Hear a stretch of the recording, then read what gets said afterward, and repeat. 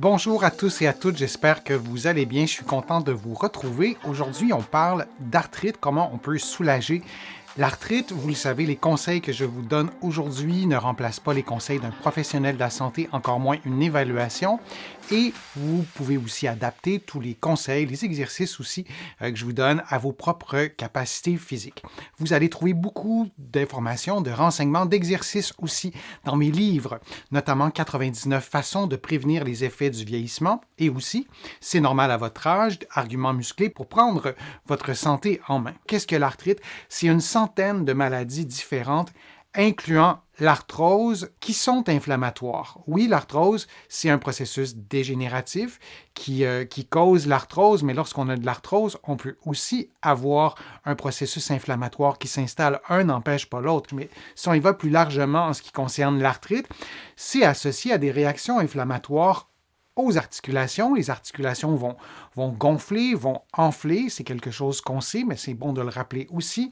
Et on a des atteintes éventuelles des surfaces articulaires. Nos cartilages vont s'user. Alors, les articulations vont moins bien fonctionner, vont moins bien bouger. Il va y avoir de l'enflure, de la douleur, éventuellement, et ce n'est pas systématique chez tout le monde, mais éventuellement, il peut y avoir des limitations fonctionnelles aussi. On va en reparler.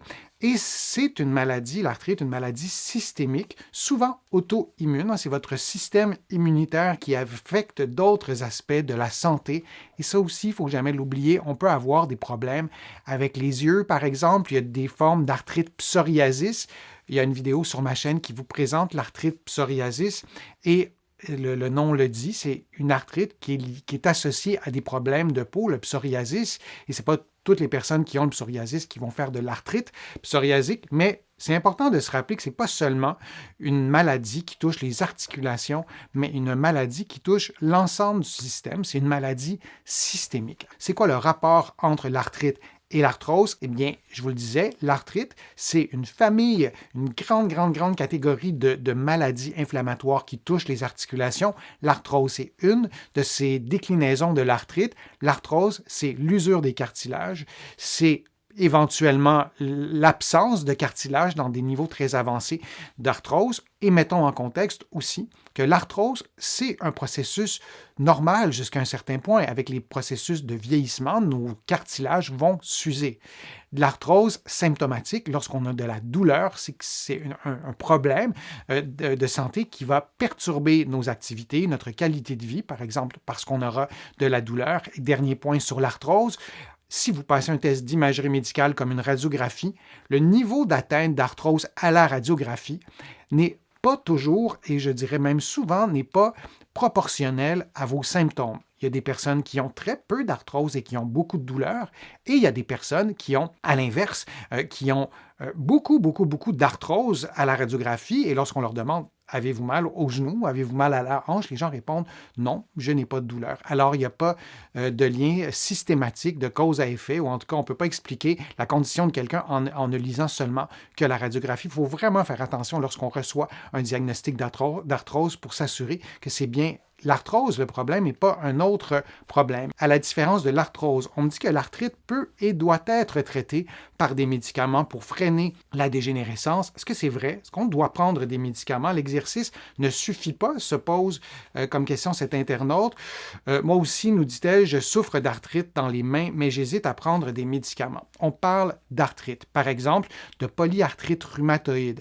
Il y a, par exemple, la spondylarthrite ankylosante. On utilise parfois d'autres termes pour la désigner. Et on parle vraiment d'arthrite diagnostiquée.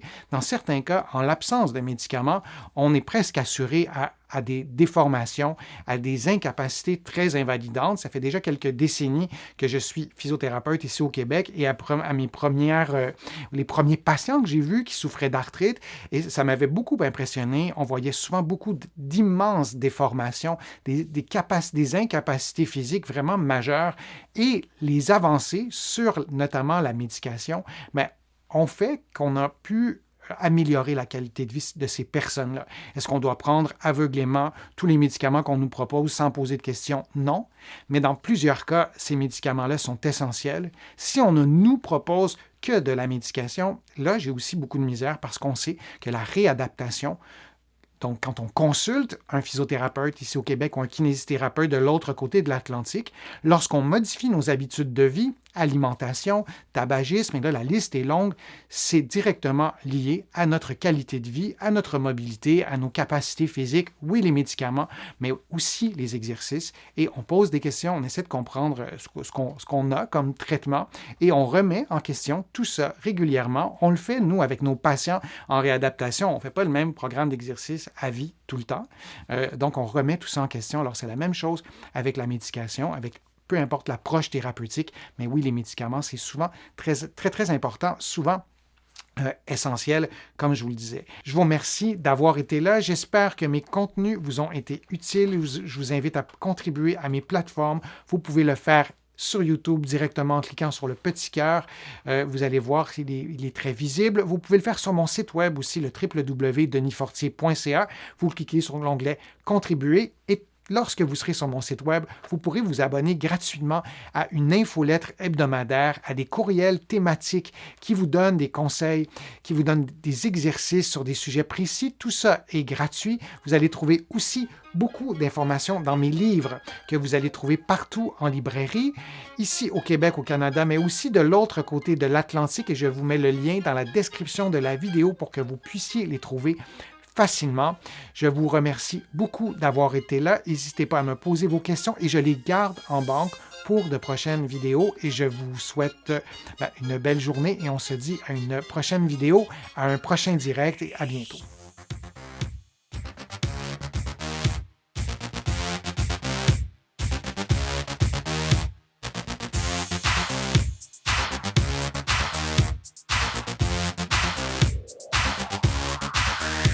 Shh.